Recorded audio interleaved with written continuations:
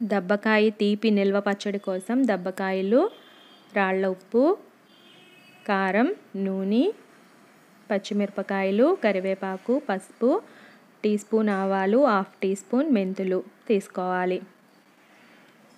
2 దబ్బకాయలకి సరిపడా బెల్లాన్ని తీసుకోవాలి.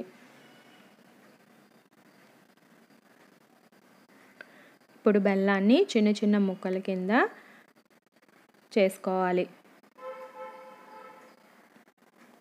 దబ్బకాయను మధ్యలోకి కోసి దాంట్లో ఉన్న గింజలన్నీ తీసేసి చిన్న చిన్న ముక్కల కింద కట్ చేసుకోవాలి. స్టవ్ వెలిగించుకుని బాండీ పెట్టుకుని ఆవాలు, మెంతులు వేసి దోరగా వేయించుకోవాలి. వీటిని ఒక మిక్సీ జార్లోకి తీసుకొని పొడి చేసుకోవాలి. ఇప్పుడు మరలా స్టవ్ వెలిగించుకుని బాండీ పెట్టుకుని ఆయిల్ వేసుకోవాలి.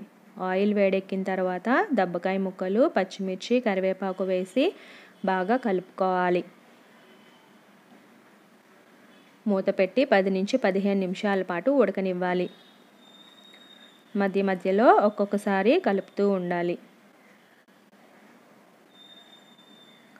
దబ్బకాయ ముక్కలన్నీ బాగా ఉడికి దగ్గర పడిన తర్వాత లో ఫ్లేమ్లో పెట్టుకోవాలి.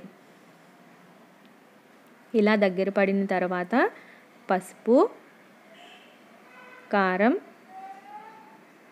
ఉప్పు, బెల్లం, ముందుగా మిక్సీ పట్టుకున్న ఆవాలు, మెంతి పొడి వేసుకొని బాగా కలుపుకోవాలి.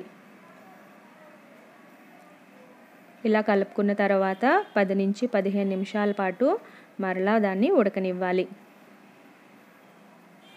బెల్లం కరిగి చక్కగా పాకంలా వస్తుంది. ఇలా ఉడికిన తర్వాత స్టవ్ ఆఫ్ చేసుకోవాలి. ఈ పచ్చడి ఏడాది పొడుగునా నిల్వ ఉంటుంది.